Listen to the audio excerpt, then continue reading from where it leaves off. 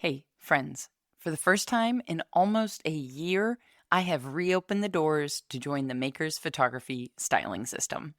This is our seminal step-by-step course for taking better photos of your ceramics in less time. And yes, it works even if you're only using a cell phone. This course is particularly helpful for those looking to share more of their work online and ultimately sell more of that work online. You'll learn how to harness the power of strong compositions, quickly integrate props into your photos to create a sense of scale and place, find your own unique style with intentional use of colors and textures, and by the end, have the ability to quickly create a large photo library full of variety and detail using only one setup. Imagine knowing exactly how you're going to photograph a brand new load of pots straight out of the kiln, without the overwhelm or stress, and doing all of it in less time. I know it sounds like a dream, but I promise you that's what you'll find inside of the Maker's Photography Styling System. Of course, there's a ton more information and details that I'm sure you're wondering about, but this announcement is probably getting a little too long already. So wipe the mud off your hands and go visit makersplaybook.com/MPSS to learn more. Because doors are only open until February 21st, or when we hit max capacity, whichever one comes first. So one more time, that's makersplaybook.com/M as in makers, P as in photography, S as in styling, and S as in system. makersplaybook.com/MPSS. We'll see you in there. There's often a moment when you're starting your own creative business when you realize you're actually both the employee and the boss. When all of a sudden you recognize that you don't have to set your shop updates to go live or to end at midnight. You don't have to work through your birthday. Honestly, I'm embarrassed to admit just how long it has sometimes taken me to remember that I personally set the rules. And I'm guessing it's a revelation that many of us forget when we're in the thick of running our creative businesses and side hustles. So what does it mean to actually be your own boss? And not just a really demanding jerk of a boss who expects constant production with no days off. What does it mean to truly call the shots for yourself uniquely? To decide when to make a change, even if what you've already been doing has brought you a certain amount of success, or when you feel creatively restless with what you've been making. Today's conversation with Amy Brummond of Pines End Pottery explores all of this tension. Plus, how Amy found that honoring her creative evolution not only reignited her passion, but actually strengthened her business.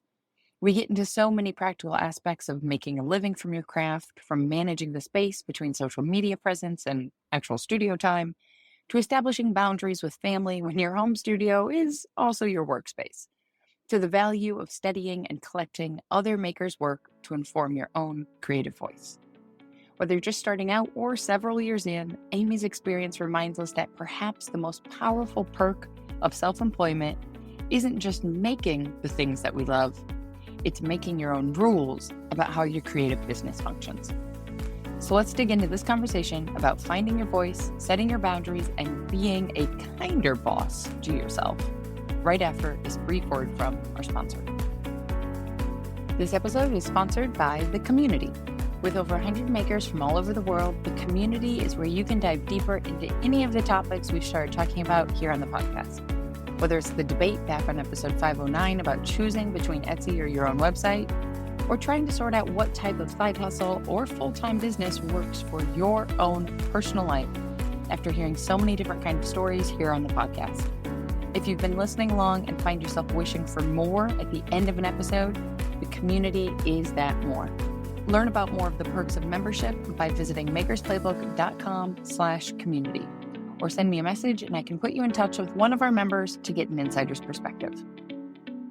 Bonus points, joining the community helps support the production of this very show. So now, on with the show. Welcome to the Maker's Playbook, the show where we talk all about what it's really like to make a living from the things you make.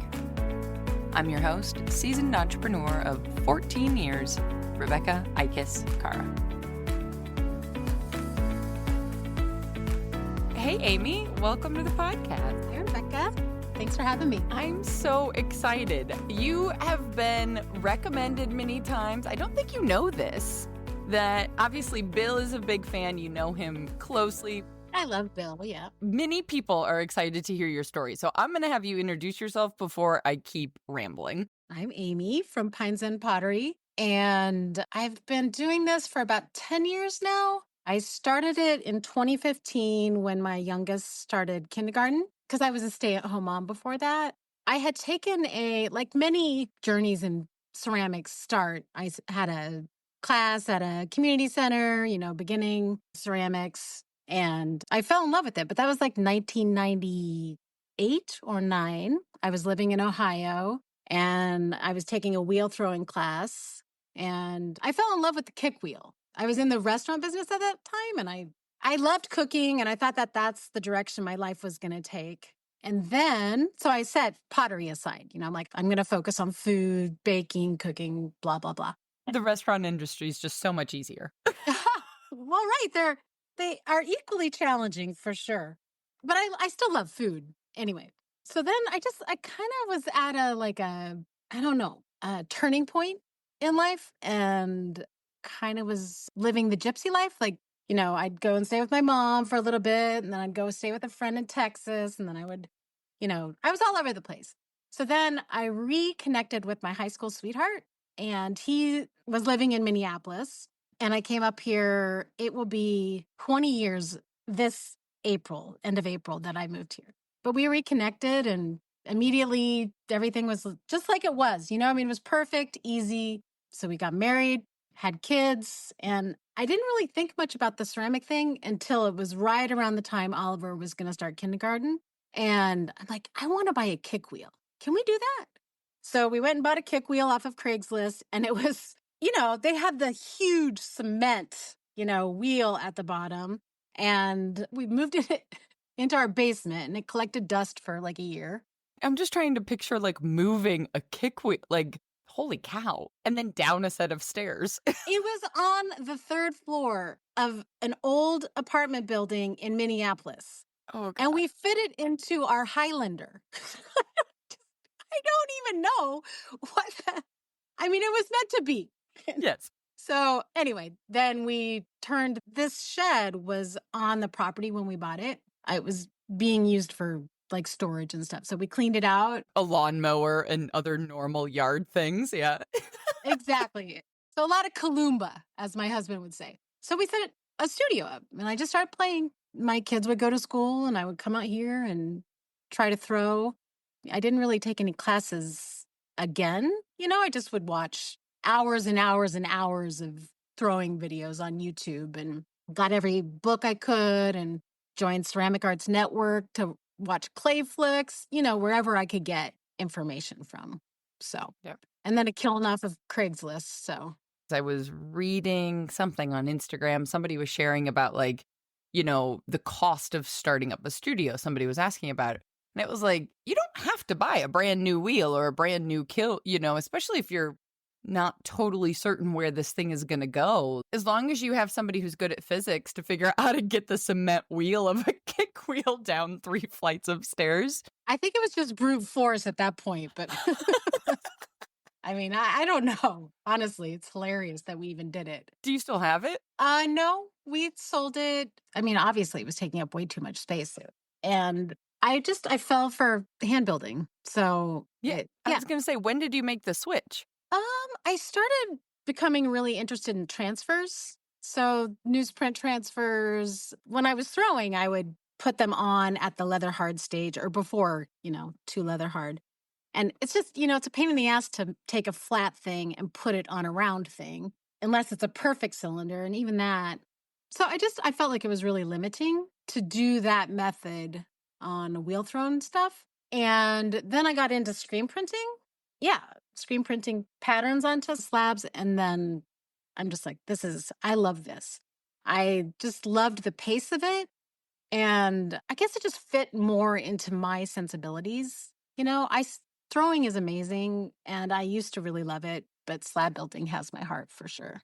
I was shocked to hear you say it, because that's, I think this is the funny thing about the internet. So many of us have this visual of who this person is or what they make or what their style is. And it's like the amount of time and exploration it took to get from it's not actually A to B, it's from A to, L and all the steps in between or whatever. Terrible metaphor, Or the but trip from A to B is like very meandering, yes, like the yes, longest line you could draw between A and B is how you actually got there. For sure. exactly. It's more like what were those, like the connect the dots pictures, like as a Uh-huh. kid, where you've got to go in order, but the numbers are like all over the place to make the picture. That is a And it much doesn't make any sense until you get more towards the end. Yep. exactly. And you're like, oh, it's a bunny. Okay. Totally. I love it. Well, because now when I think of your work, I think of all of the stamps that you do. So, what was then the kind of the progression? Because this is all on your own in a shed in the backyard. Also, everybody should know you're in Minnesota. So, Mhm. like, have we insulated the shed since you It's made it into pretty steel? insulated. I have like usually two space heaters going in the winter. On a really cold day in February, I have three, which is not ideal. I mean, I don't like it's a waste of energy as far as I'm concerned. But anyway, it's better than nothing. Well, and also makes it tricky for clay. I mean, we have Right. like not just a thermometer, but the humidity measurement in this, in the room off the back of our house to figure out, okay, you're hand building, so you're not sticking your hands in a bucket of water all the time, but it's still wet. It's still cold, Oh, yeah. things still freeze. I have a little tea kettle, electric tea kettle that I heat up water to have in my bucket. And yeah, I mean, I turned all the heaters off so you could hear me better, but I got my toe warmers on in my boots.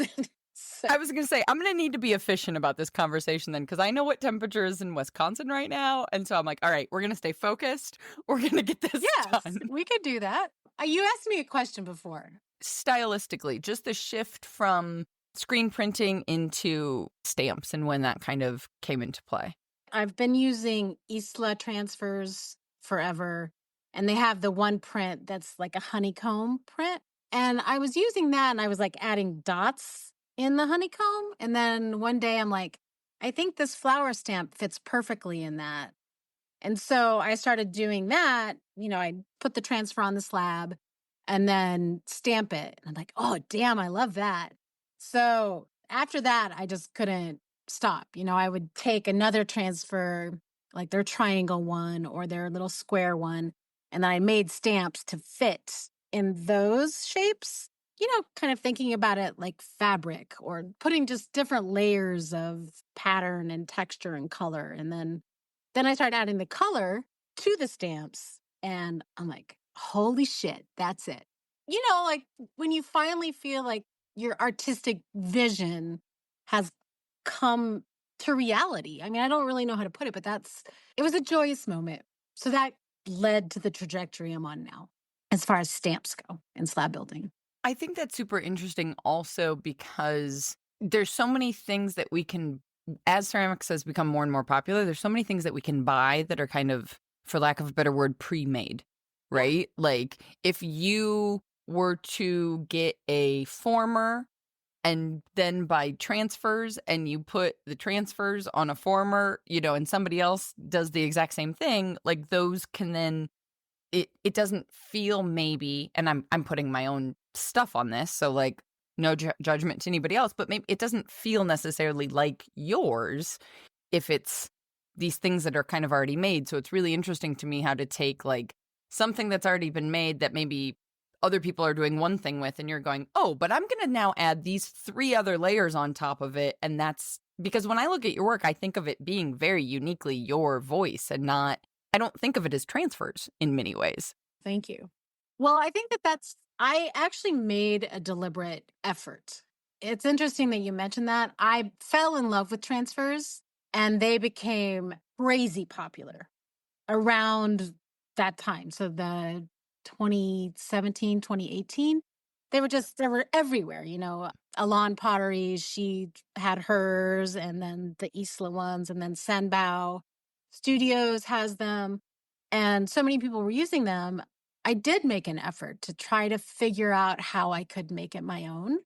So there was some conscious effort and deliberation on my part to make it so that it didn't look like everyone else's. Less derivative, I just wanted it to be my own. Well, and I was thinking of that particularly because you have such a large online presence now. I mean, I don't know when it all, before we get into all of that, when did 2015 you said you got the kick wheel? That's when Oliver went to school. Yep. And so then what was kind of the timeline in between like getting back into it to actually, Pine Zen, selling pots, thinking, okay, this is going to be a business?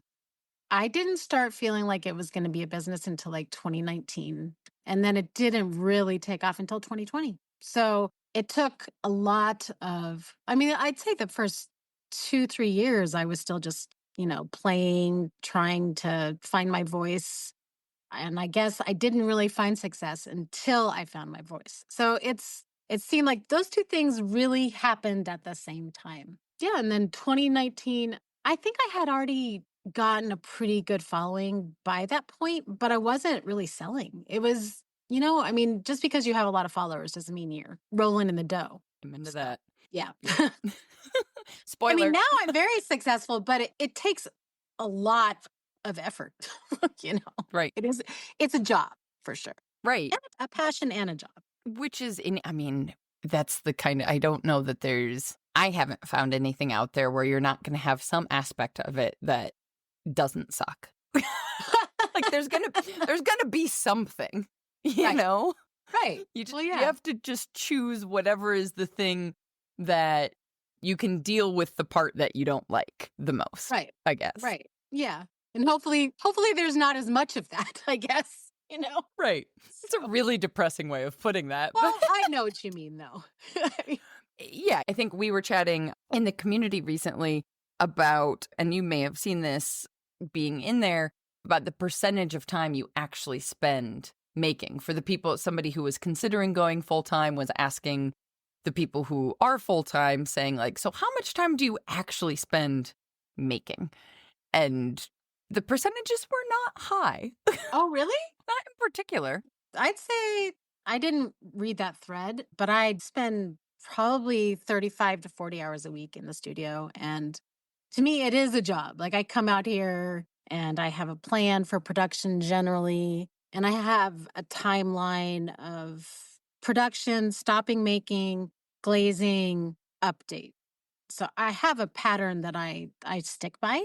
So yeah, I guess I could make it more part-time, but I like to stay busy, I was going to say, how do those hours balance with so many other demands of the fact that it is a business in terms of the marketing and the social media or maybe having that schedule helps control those because then you can like focus on those needs at other times. I don't know. I'm making assumptions now. When I first started becoming successful in 2020, I was trying to have as many updates as I could. Like I would just 6 to 8 weeks turn around.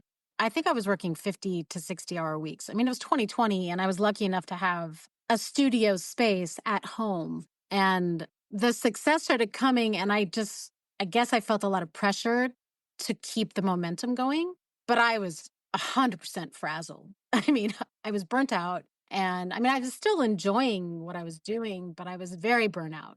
So I think it was 2022 and I'm like, I've got to change this schedule. So I do 3 updates a year. Every 3 to 4 months generally. So I'll do like a Mother's Day one, end of summer one, and then a holiday one. And that has allowed me to pace myself a lot better. Things always get crazy at the very end when, even though I've started giving myself a month to glaze and, sand and do all the stuff, take all the pictures, it still always feels like I could have taken more time to do all that stuff, which is crazy to me. But yeah, it's a pace has worked for me now. I'm less stressed and I feel like I can take weekends off, which is a really nice thing. What a concept. What a crazy goal. I know. I say that jokingly, but also sincerely, because I think for so many of us, in the land of self-employment, you hear so often people like, I'm going to raise my prices this little amount because maybe next year I can take like a long weekend or a vacation. Right. The things that like if you were in corporate world would already be built into the system. You would have okay, in the US it's only 14 days and for other people that's not a lot of time, but you would have 14 days that you could choose to take off. Right. Maybe you would go on vacation. You would have I don't know, a quarterly meeting or an annual meeting. I don't know what the schedule is for a promotion. Like these things Right. would already be there. Whereas when we're on our own, how many people are sitting down with themselves at the end of the year going, okay, so should I increase my salary? Yes, please. Becca of Five Lines Pottery shared a pie graph recently, and it was, the self-employment pie graph, and it had these things in it. And of course, it was like, well-balanced life, blah, blah, blah. And none of that was actually in the key. You're like, yeah, Yes. it is what it is. I mean, I'm so happy to be doing this, and I feel like it's what I'm meant to be doing. But finding that life work balance is, I think it's always going to be a struggle if you're self employed because there's no one, you're your own boss. I have to remind myself that quite often that I'm my own boss. And like recently, this past December, I've always been having my updates around my birthday, which is mid December. And this year, I'm like, I'm going to talk to the boss and I'm going to have my update the week before so I can have my birthday off. But I had to talk to myself about that. Yes. It's ridiculous. Had to have a meeting with the boss lady. Yeah, that makes me feel seen because there was one point, I forget how many cohorts of the photography styling course we had done. And you just kind of default to these things that you see on the internet, forgetting that the things that you see are sometimes managed by, teams of 12 people or completely different organizations, like business models the size of what you and I are doing. Right. And so I finally realized, like, why am I having the doors closed to something at midnight? Like, I fall asleep on the couch Oh, reading a book by 9:30 or 10 p.m. yeah.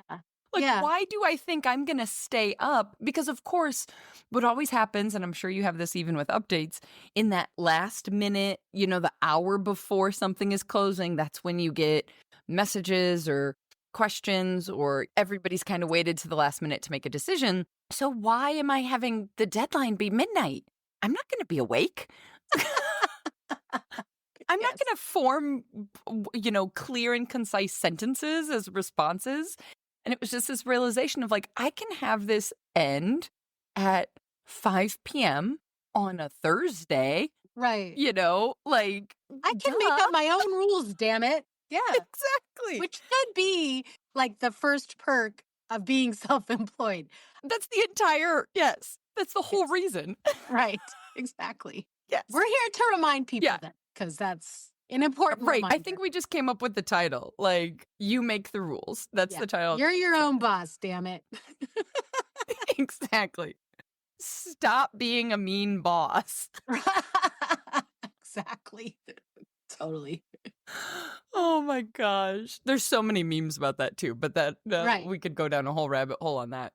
Going back to that kind of 2020 time, do you feel like you kind of chose the shop update model on purpose, or did the social media presence and the business model, kind of happen because that's what you were aiming for, or was that just an accident of the internet with COVID?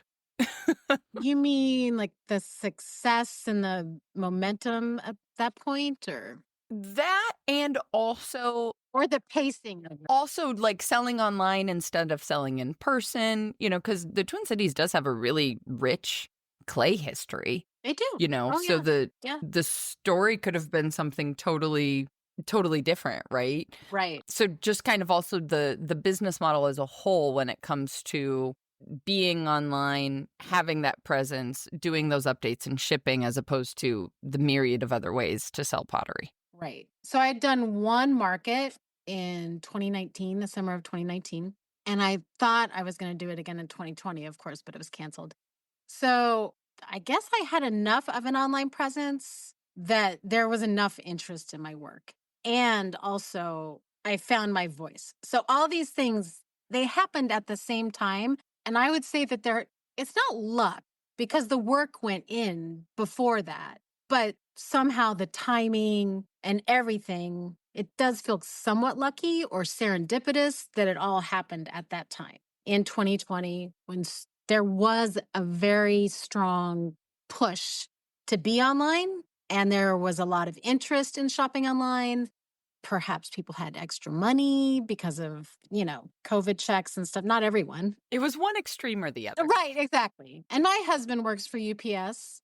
So he was essential and still working, so we were taken care of with all the essentials. So anyway, so that's like going back to what you had mentioned before we started talking.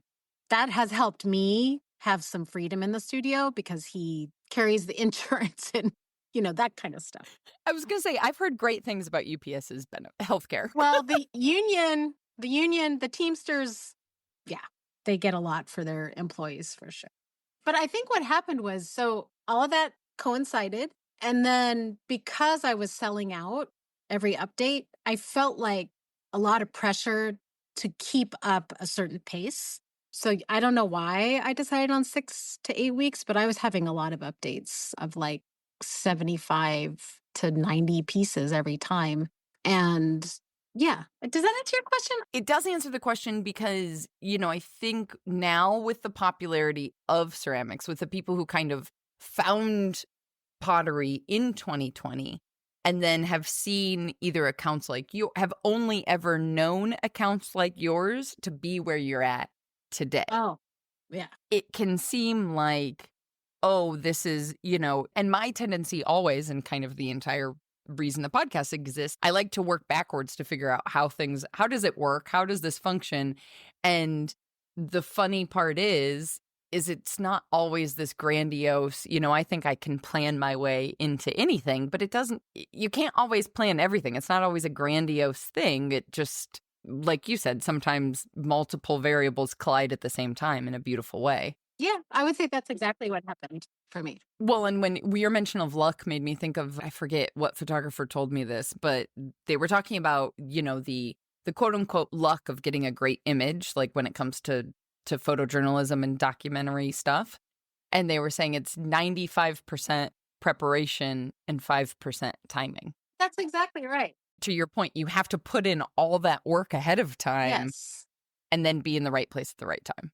Right. That's 100% true. And I mean, I've worked my ass off. I really, really did. And so the hard work, keeping showing up, which I think is really important if you have a dream like this, just to keep showing up even when you're failing, even when it sucks, especially when you're challenged or you're trying to find. I feel like I found my creative voice through so much failure. I mean, so much crap that I would, so many doorstops and just work that I would be not embarrassed because you had to start somewhere, but it's so not where I'm at now. Which I think, just to make it even more clear for everybody, I'm noticing a commonality. I was reviewing my photography work and other stuff and talking with Francesco and other artists. It does seem like there's kind of this 5-year period is a very common runway to figure out what the hell. Like, I think I found my photographic voice. Absolutely. I was looking back at galleries of like, 5 years was when I started doing something specific to what I wanted instead of trying to, frankly, copy other people I admired, because I was trying to figure out, how did they do that, right? Not because I just wanted to copy them, but because it was like, all right, I like that. How do you make that? And then at 5 years was when it was like, okay, I'm going to take a little bit of this from here and a little bit of that from here, and we're going to make it into my own voice. And that's also when I started having the clients I actually wanted to have. Yep. Right? And like, 100%. to your point, but it's having the patience and the grit to get through that chunk of time that nobody sees on the internet. Right. Yeah. I mean, the grit part is really important, and it really is. And you don't really think about it, and you have to become really comfortable with failure. I mean, like you said at the beginning, when you're starting something, I mean, I love Sarah Pike. I wanted to make mugs exactly like Sarah Pike because she's a hand builder. She stamps. She's so freaking talented. But a Sarah Pike mug is a Sarah Pike mug. I didn't want that, you know? But I did spend a lot of time kind of pursuing that direction until I found my voice. So, like you're saying, you do some imitation, but eventually, I think the only way you're going to find true success is if you integrate all of that into your own voice, if that makes sense. Yeah, absolutely. Because ironically, where my brain just went was thinking about AI, which is going to be weird to people, but I promise this is going to make sense. Like, it can only imitate, right? The robots can only iterate from something we've already given it. So it can't really get ahead and be, I think that thing we're all drawn to in the people that we admire online is that I'm rubbing my fingers together, nobody can see me. That's something that's so specific to you that you can't, even if I were to take everything you do and exactly replicate it, it won't have your soul because I'll be making it and I have a whole different reason or something. Right. Yeah, Yeah. I think that's true. I'm getting dangerously close to the what is art feeling of this, so I'm going to go back into the pragmatism. Okay. I'm like, oh boy, here we go. Oh my goodness. And I should have reread the questions that your fellow community members put in here ahead of time. So I'm just going to pop back over here. Okay. Ironically, I think I might have just on accident answered, or not I answered, asked you, and you answered a little bit of what Bill was going for. His question is talking about your most recent body of work with the new porcelain and the adjustments you've made to have a little bit more translucency and luster. And Bill says, can you elaborate more on what inspired your design to explore the new line of products? And is there anything you would want to share specific to that journey? The journey part makes me think of what we were just talking about, but if there's anything more specific to that. Yeah. I mean, I think I have ADHD, so I do get bored. And I got really bored of red clay. I mean, I still have it and I still appreciate the work I made with it. But I always had this vision in my head of having flowers, rainbow flowers, because I love rainbows, and then the light coming through so that it would look like a stained glass effect. Like a rainbow of flowers. Yes. So I've been experimenting with translucent clay for years. I just have had a lot of failure with it. So I mean, I'd be like, oh, that's not going to work. Oh, I mean, and maybe my skill level has caught up enough or I'm better at problem solving. I mean, I could try those clays again and see if they would work with how I'm hand building now. So anyway, I needed something that captured my attention again, you know? And so I was making a gift for a friend beginning of the year last year. And I knew I wanted to try to make the translucent porcelain. So I made her a couple tumblers and they came out and I was like, that's it. I'm going to just have to go down this rabbit hole for a while. It has captured my attention fully. I mean, I love that about clay, that even if you have ADHD if you're neurodivergent, being bored is like the kiss of death for me. I'm just like, I need stimulation and I need some newness, like I get really restless if I don't travel. So anyway, I guess I get restless also in the studio and I needed something new. So when that turned out, it's interesting because it was something I really wanted to make happen, bring from my mind into reality. And then when I did, the response was really, really positive. Those kind of things feed off of each other. To get that response made me feel like this is worth my time and effort to keep. I mean, if I loved it, I'd probably still do it, even if no one liked it. But you also want to be able to buy the clay and the materials. Anyway, I bought a ton of the porcelain. So now I have, 2,000 pounds of, not anymore, but 2,000 pounds of clay to work through and experiment and fail. And it's a very challenging clay body, but I think it's worth the effort, I guess. That's how I got there. That's exactly what you mentioned about getting that outside response, that positive response, and that feedback is exactly where my brain was going as you were talking, was how that balance between the desire to not be bored, but then also the timeline between sharing what you're making, having people be interested in it, having people be interested enough to buy it is often a lot slower than the speed of our boredom. That is very well said. That's very philosophical.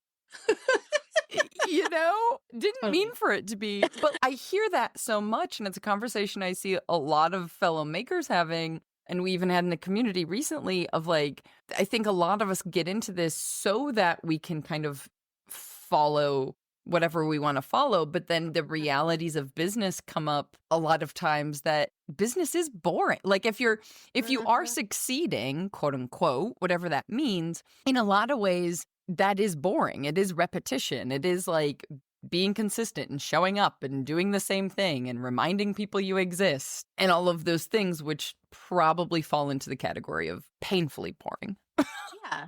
Yeah. And I mean, it's not like I don't still appreciate and love the designs that led me here, because I do. And I still want to explore those, but with the new clay body, because I love a sanded, rounded bottom and how it sits in your hand. It's very meditative. But the new clay, I haven't figured out how to make a rounded bottom. So, I gave that up to chase the translucency.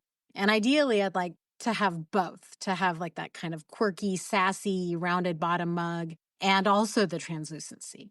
So we'll see if I'm able to do that. But the thing about the translucent porcelain is I call it fast and loose hand building, because the porcelain, it dries so fast. Especially when you have 3 space heaters going. Right. And it's 10 degrees out and like negative humidity. Exactly. And you can try to control all the variables, but you're still, if you're working with a finicky clay body, yeah. Anyway. You live in the wrong place in the world to try and control all of those variables. Like you need to go to Florida. I feel like working with porcelain in Florida, just given humidity, seems a safer option. Well, my mom would love to hear that, because she's a snowbird. So she would love it if I came down there during Christmas or the holidays and all of winter, basically. I mean, come February, March for both of us in the northern part of the Midwest, which is the weirdest thing to say. Wait until you hear the whole conversation Isaac Shu and I just had about the Midwest and how we define this region. Right. It's hilarious. We were just... He's in Kansas.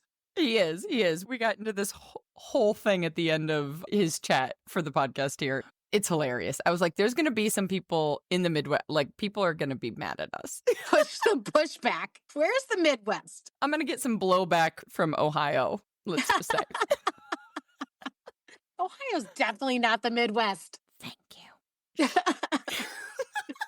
Sorry. But also, all of us are not the middle or the west of the country. But I digress completely. Yes, okay.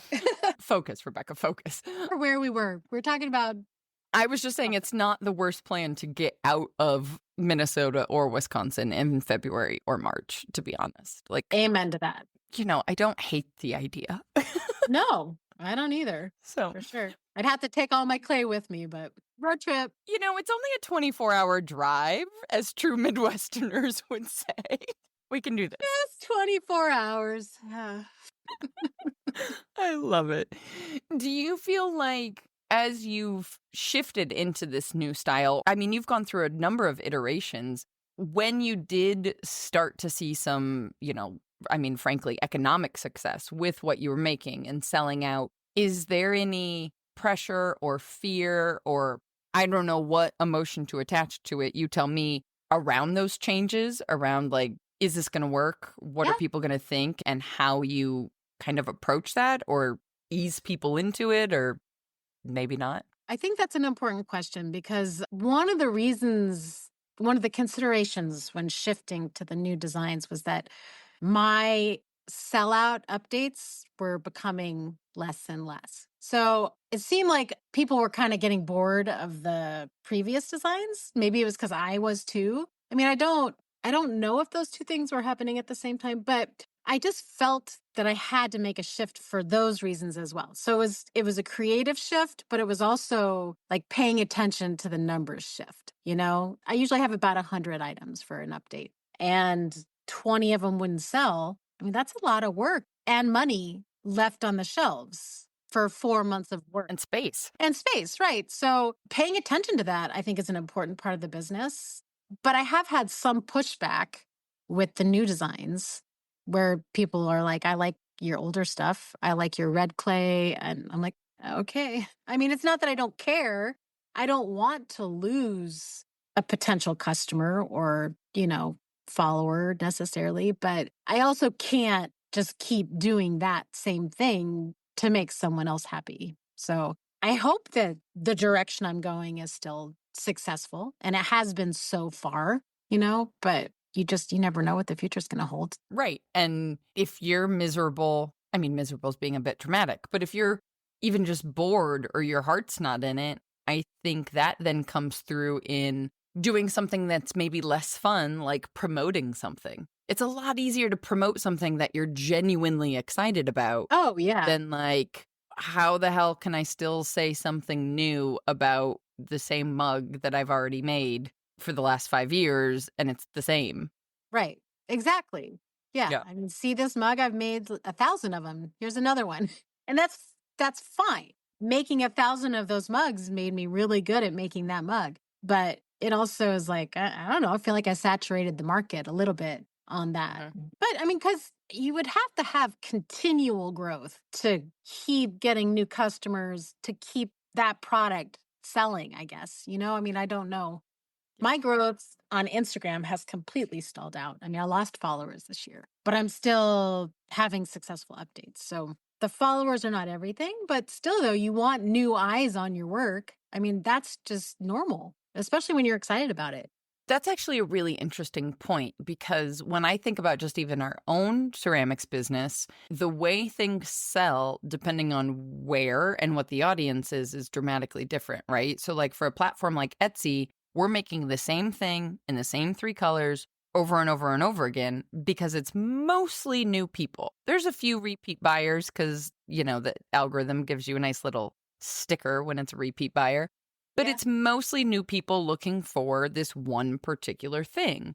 Yeah. Whereas for our own, what I call our own audience, the people we're meeting at markets, the people on the email list, coming to the website, those are people kind of gradually growing a collection. So they might start out with 2 bowls and then, they actually wanted 6, but they are gradually purchasing them, or they got a mug and now they're getting plates, or like that's always kind of changing. So I didn't actually have a question in here. The way you described that just made me think about how different that looks. That And both have value. It's not like one is necessarily better than the other. They both are valuable part of your business for sure. Yeah. Right. And I mean, from like a diversifying income standpoint, there's that whole conversation, but also even in, the different realities of both pragmatically of bringing in revenue and paying bills, but then also on the creative side of like, okay, we've got some freedom over here to play around with new things and engage the people who are really invested in our body of work. But then over here, we know that we can just repeat this and get a little like baseline Income. Yeah. assurance. Yeah. Yeah. Yep. I mean, Yeah. that's valuable. You need that to keep going and buy materials and ideally pay the bills. Dog food. Yeah, dog food. We're not even to those 14 PTO days yet. But it's interesting because both of those things, I've talked before about the different business models of how to sell our work when it comes to direct to consumer and wholesale and all of these things. But both of the things we're talking about right now would have otherwise been the same umbrella. They're both direct to consumer. We're Uh-huh. selling directly to the people who are ultimately getting these things. And yet the way that looks is still different. So there's still so much Mhm. nuance within these kind of ways to do that, which is an interesting thing to think about. Yeah, I would agree with that for sure. So you mentioned, and I think it's really interesting. I also am guessing it's maybe a little nerve-wracking that the experience of this year in terms of the fact that for you, Instagram actually went negative, and yet from a shop update standpoint, things are still doing okay. And how that, I don't know, how that plays into how you're spending your time promoting the work, or if it's changed anything, maybe it hasn't, and you just kind of keep on keeping on. Well, I mean, I feel really, really lucky to have a pretty good email list. I know that when I have an update, the momentum of it is mostly email subscribers and text. I have a text list as well. So I know that half of the sales are coming from that. And that's significant, even though it's not everything. And I still jump through the hoops on Instagram. I don't know. I don't know how I go back and forth with Instagram because I still feel like I feel like social media is still valuable, but I think all of us are kind of burnt out on how things have changed so significantly and the lack of reach. I shared a few weeks ago or a month ago how I was gonna, if you need me, I'll be retiring on my Meta earnings. And it was like 9 cents because they do talk about giving incentives to creatives, but it's a pittance. And I just am like, I don't know if I want to do everything that Instagram wants me to do I was never doing that for the money anyway, but I like sharing my work. For me, the way I have to think about Instagram that keeps it positive to me is that it's about connection and community and fostering that and building relationships because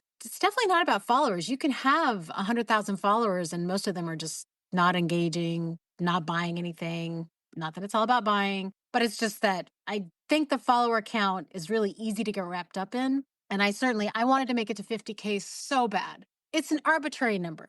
I'm at like 49. I was at 49.9 at the end of last year. And now I've just been slowly losing people. I'm like, okay, whatever. What are you going to do? Like, I can't, I'm not going to give up. I'm still going to do what I need to do to support other people on Instagram. It's really important to me to be a positive force there. A lot of positive feedback and just keep making relationships and fostering them. So, Yeah, that makes me think back to what you said earlier about the number of hours you spend in the studio. If the goal of Instagram was that important, you would have to sacrifice hours elsewhere, right? Because there's definitely, we had Allie for the masterclass last summer for the strategy and whatever. And it's like, okay, like I know what I would need to do in order to grow faster or to whatever, like pick whatever your metric you want. Am I willing to give that many hours of my life to it to do that? Like, what's the point? What's the end goal? And if you wanted to spend 20 hours with your hands in clay and you were okay spending 15 every single week on Instagram, we could probably do something with that. Does that mean to get that other 1,000, the amount of hours that goes in to get that other 1,000 of people? Does that mean you're going to sell that many more pots? Does that mean, like it's one of those things of like deciding the right metric for ourselves and our goals as opposed to the metric that either, if you wanted to be an influencer, if you wanted to get brand deals and get porcelain sponsored, then you'd have to Right. care about those things, right? Yeah. Then those numbers become important, but that's not what you're going after. Yeah. I guess it's the return on investment. It really is like I'm choosing to spend my time in the studio. Because I did used to spend a lot of time making reels and content. And it doesn't necessarily translate to what you want it to or you think it's going to. So I guess personally and professionally, I feel like the more time I put in the studio, the more return on investment I'm getting personally and professionally at this point. That may change. I'm not going to not still put myself out there on social media. I'm definitely going to do that because I get excited about my work. I get, excited about other people's work. I think that as long as I keep a positive attitude in that way, instead of like, I need to have a viral video or I need to share my art and I need to be there for other people sharing their art. And that's the force I want to be on social media. I think for me too, it was a matter of like, if I'm only willing to do X per week, then I need to curb my expectations of what that's going to, like my absolute max would be to post 3 times a week, maximum. Right. So yeah, I'm not going to see the amount of growth or change or whatever compared to Hope, who's posting 5 to 7 times a week in all of the things. And so it's just like, that's okay. Like, instead of bemoaning the results I'm getting, it's kind of like, okay, I've intentionally decided this because this is what I can do because there's this long list of other things that I want to do. People hear me talk about the idea for a course for 1 more month without actually launching it. They're going to be sick of me. I think you have to know what you want to get out of it. Even, the thing is that if you look at the people who have a lot of followers and are putting out a lot of content, like Hope does, she gets a lot of engagement and she's great at sharing all this stuff. There's no way. And I can't believe she teaches full time too. I'm just, it's flabbergasting.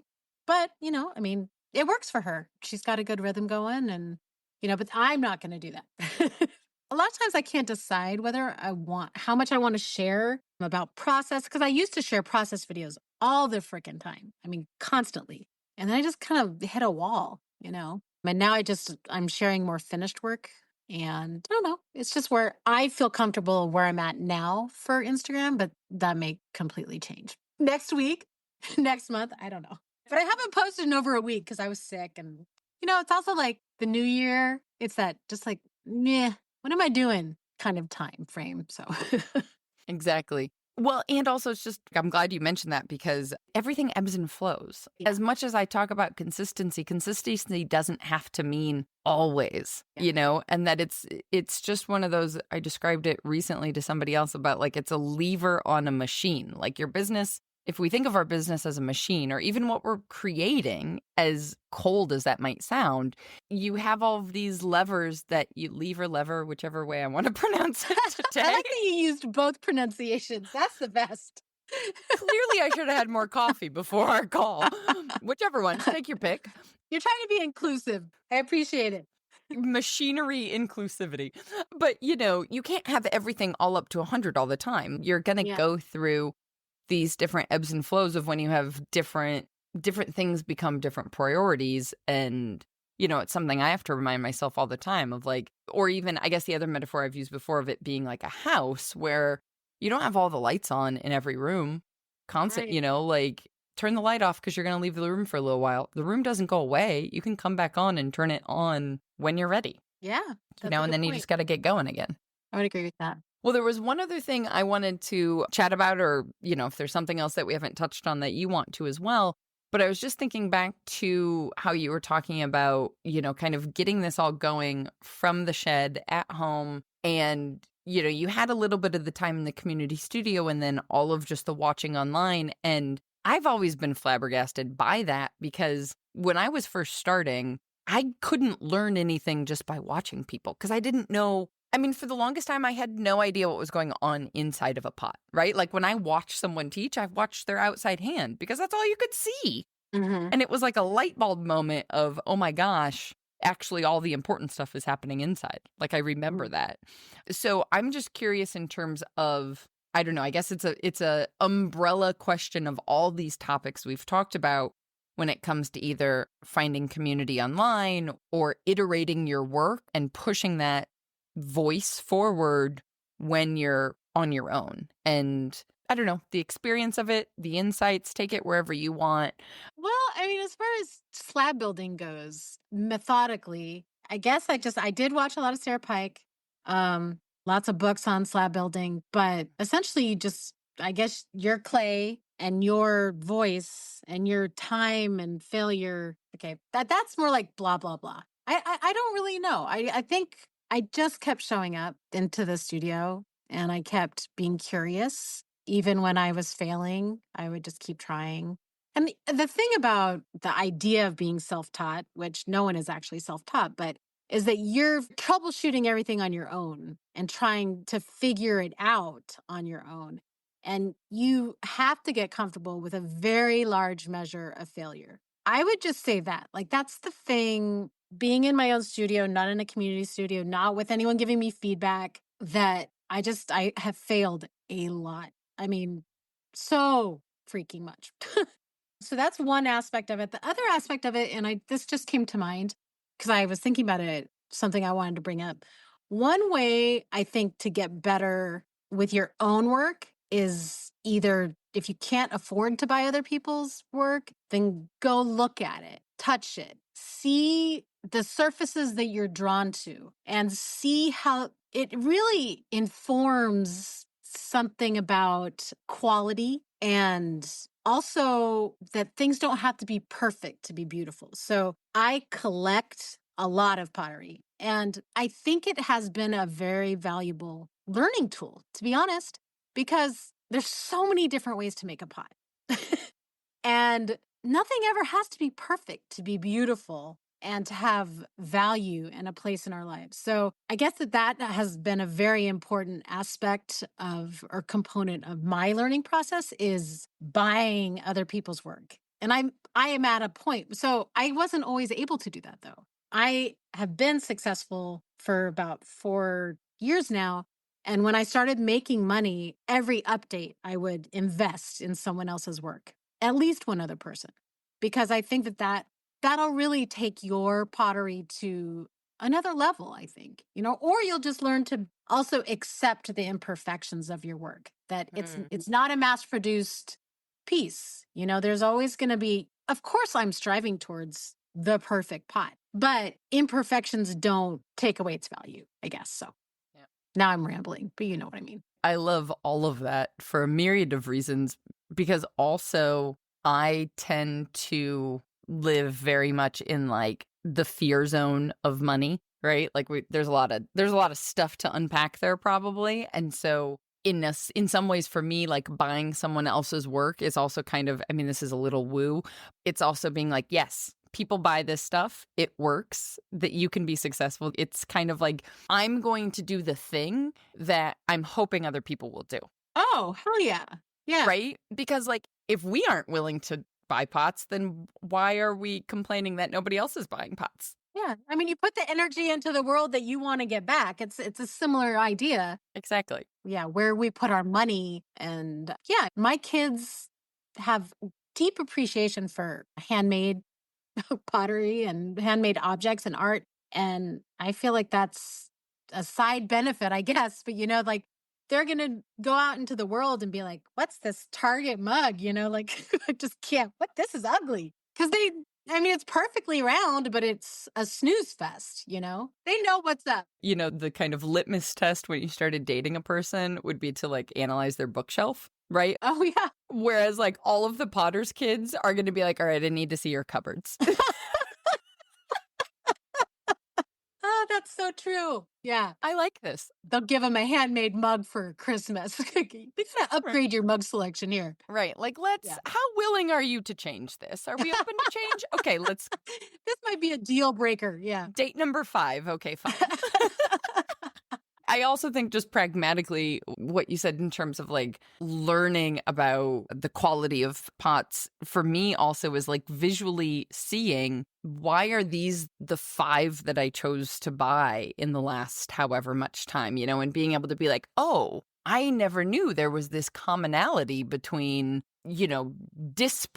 totally disparate styles. I mean, if you look at our shelves of stuff we're gradually purchasing, it's totally not the same. And yet I can see of the stuff that were my purchases are like, okay, I keep being drawn to this type of line or this type of, and that's helping me figure out what I'm interested in. Oh, for sure.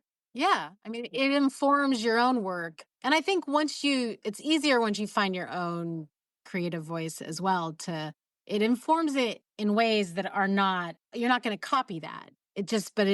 Amy Sanders, do you know Amy Sanders? She's not really, I think she went to nursing school, but she is a famous potter. I think I heard her on Ben Carter's Red Clay Rambler, but she said that like the surface of her pot, she doesn't want them to look fussed over, but she wants them to be considered.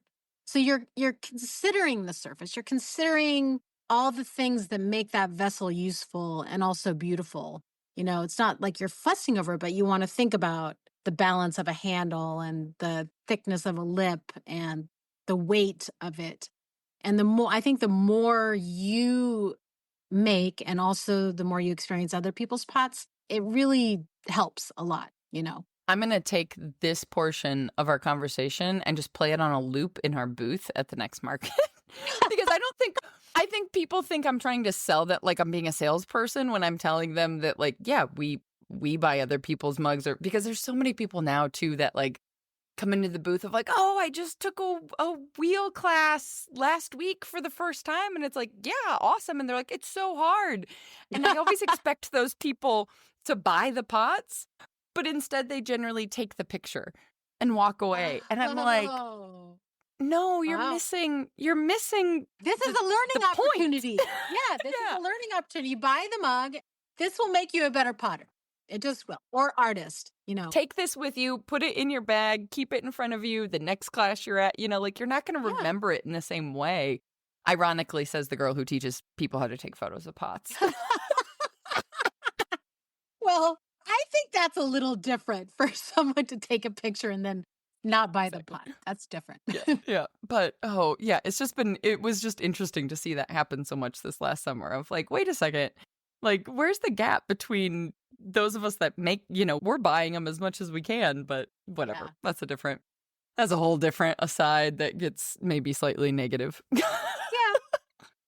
I hear you. It is frustrating for sure. But there's a lot of people who are like, I could make that, or my 10-year-old could make that kind of stuff. But we know better. Right. For Oh, sure. the best part is, a spoon rest does look relatively simple when you're just looking at it. And we just giggle to ourselves now when someone's like, oh, like I tried to make that a different way in class. Like, okay, so now that gives me an idea. And I'm like, good luck. Right. Yeah. Because often the simplest looking things are not. Yeah. Oh, yeah. And Oh, when you make that little thing and the edges can crack. Oh, there's so many issues. Yeah. yep. It's like, how did you wait long enough for it to dry enough, but not dry too much before you Right. put the little, yeah. Can't be too floppy. Can't be too dry. Perfect sweet spot. Yeah. Oh, man. So many people I want to follow up with, but. Chase them down. Hey, you. So how'd it go? How was that spoon rest, huh? Oh, I'm not snarky at all by the end of No, this I show know season. I know what you mean. Well, was there, I think you touched on it already, but was there something that you feel like, because you also do get so many more people, even if Instagram is backsliding a little bit, I think there's so many more people that know your work, that are seeing it online, or other potters that, is there something that you wish they knew that we haven't talked about? I'm going with all the big broad questions. Yeah. Well, I guess it just kind of depends. If it's something that you want to make work and have it be your livelihood, then you have to keep showing up on a very consistent basis in order to make it work. And for me, it's a job. It started out as a hobby, but it's work now. It's worth my time and effort for sure, but I put in a lot of time. And so I would just say, if it's what you want, then that's something you need to consider is showing up. Keep showing up.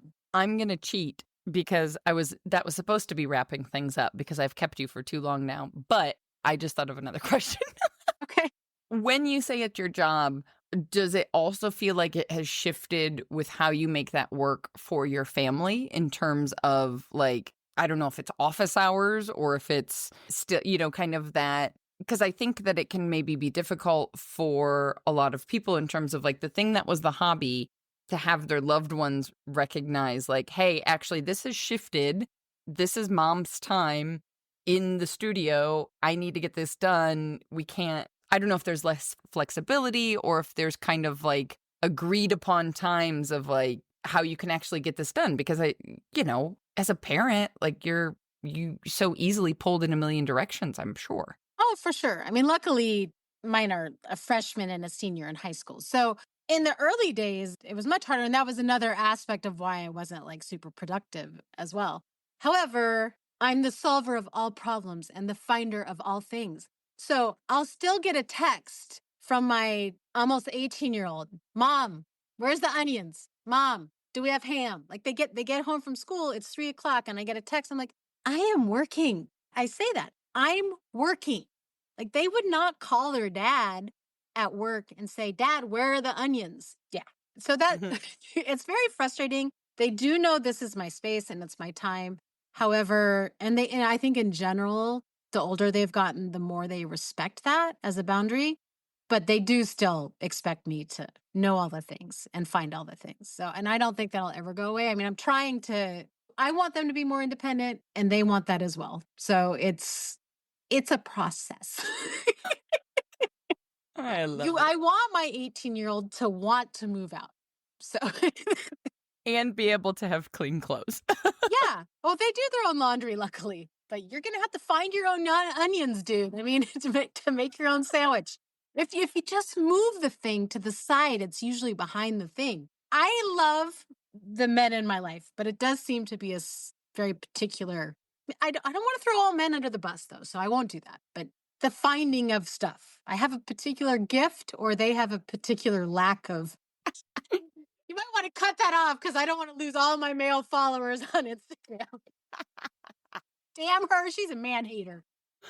I mean, to be fair, I might be the guilty party on that side of the fence, so I'll even it out for you and say it might be do you do the grocery shopping most of the time? Do, yeah. And as does Francesco, so it might be more the purchaser who is also originally putting it away, perhaps. Yeah, that's a good point. I'm going to go with that because, Lord knows I can't find, if I'm mixing glazes while he's doing something else, it is always where's this? Where's that? Because I'm also not going to move every 50-pound bag of raw materials to look behind it when I know in his brain he just knows you can just shout down the stairs where it is on the shelf and then I'll move whatever 50-pound bag I need to move.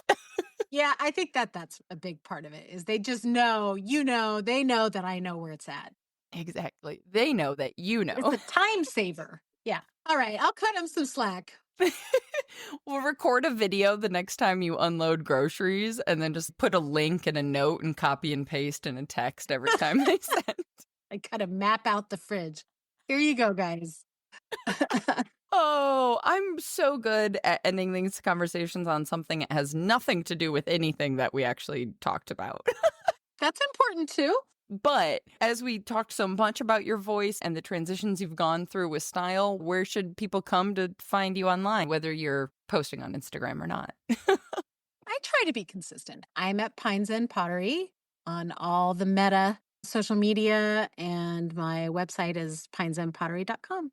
So awesome. Yeah. Hooray. Thank you. I was trying to figure out some blatant promotion to loop in what we were talking about with Instagram and community, but I gave up. It felt too forced. But that's honestly, it is the community part is why I have sought out groups like the makers group. And, it's important to find that connection, and I need to be better about it because that's what's lacking in having a home studio. You get in your own head and you can sit and spin there, and it's not healthy. So I think finding community wherever you can is incredibly valuable. So, I mean, you've definitely set up a great space, a welcoming space. So Yay. I appreciate it. That's what I was going to awkwardly say that I never told you when you joined, but when you did, I was like, there's people you follow online that you think are a big deal because of those completely pointless numbers. So then when you came in and then Bill was so excited by that, I was like, wait, hold on. I feel like we've reached the next caliber, because we went to the next place. I feel like in terms of either experience level or kind of known entity in clay, I was like, oh, okay, I'm doing something right over here. You definitely are, Rebecca. You are. So, I mean, it's important to offer those things, and you can't find them everywhere. So, well, and that's part of why I was so committed to making it somewhere that wasn't on social. Also, because I don't want to join a Facebook group because I don't want to be on Facebook. Right. So, and I kind of changed the way my phone is set up so that I'm trying to replace the habit of logging into Instagram with logging into the community app to just, okay, that habit is there. Let's just admit, I'm not going to kill the habit anytime soon. Right. I'm pretty sure all the data coming out on phones and and social media, it's more addicting than heroin or whatever. So it was okay, how can I just I'm just going to replace that. And it's so much better of a space. So yeah, for sure. Yeah. I would agree. Cool. So I'll plug for you. There you go. Thank you. You're welcome. Awesome. I made it a little weird there at the end, but that's all right. I hope this conversation with Amy has reminded you that you're actually the one who gets to make the rules here. That you can decide what your schedule looks like, what creative directions you pursue, and how you measure success in your own business or side hustle. And I promise, as someone who regularly forgets that I'm the boss, you're definitely not alone in needing a little reminder. If you're feeling creatively restless with the work you've been making, it's okay to pivot. If the update schedule you set for yourself is leaving you burnout and missing weekends, it's okay to adjust it. If social media isn't bringing you the joy or the customers, frankly, that you hoped for, it's okay to explore other ways to connect with your audience. Amy's success did not come from following someone else's formula. It came from finding what worked specifically for her life, her creative needs, and her business goals. Our creative businesses don't have to follow anyone else's timeline or strategy. And if you've listened to even just one of my past solo episodes here on the podcast, you know I'm all about helping us all figure out what version of small business making actually works specifically for the kind of life that you uniquely want to have. Because setting boundaries that protect both your creative practice and your well-being is definitely the kind of boss you want to be for yourself. As always, if you're looking for help sorting out what version of this making life is right for your own needs, there's 100 other makers from all over the world having these very conversations inside of the community right now. There are some makers, including Amy in fact, who have been full-time for a while now. But there are also others that just took the leap a few months ago, and there are still some others who never even plan to be full-time, but still want to take their side hustle, or side saunter, as our member Melissa has so appropriately put it, a bit more seriously. If you want to learn more about the perks of community membership and support the creation of this very podcast in the process, visit makersplaybook.com/community to learn more. One more time, since I'm sure your hands are probably covered in mud, it's makersplaybook.com/community. Until next time, my friends, go get back to making your dreams a reality. Because together, we've got this. Audio post-production of this podcast is made possible by help from Christy Kotzfan, with promotional material assistance from Queenie Maliki. The Maker's Playbook podcast is recorded on the original homelands of the Potawatomi, Ho-Chunk, and Menominee people, where the people of Wisconsin's sovereign Anishinaabe, Ho-Chunk, Menominee, Oneida, and Mohican nations remain present.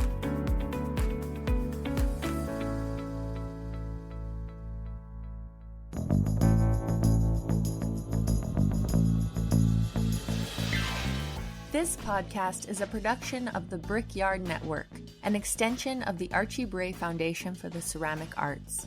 To find out more about our lineup of ceramic podcasts, visit brickyardnetwork.org.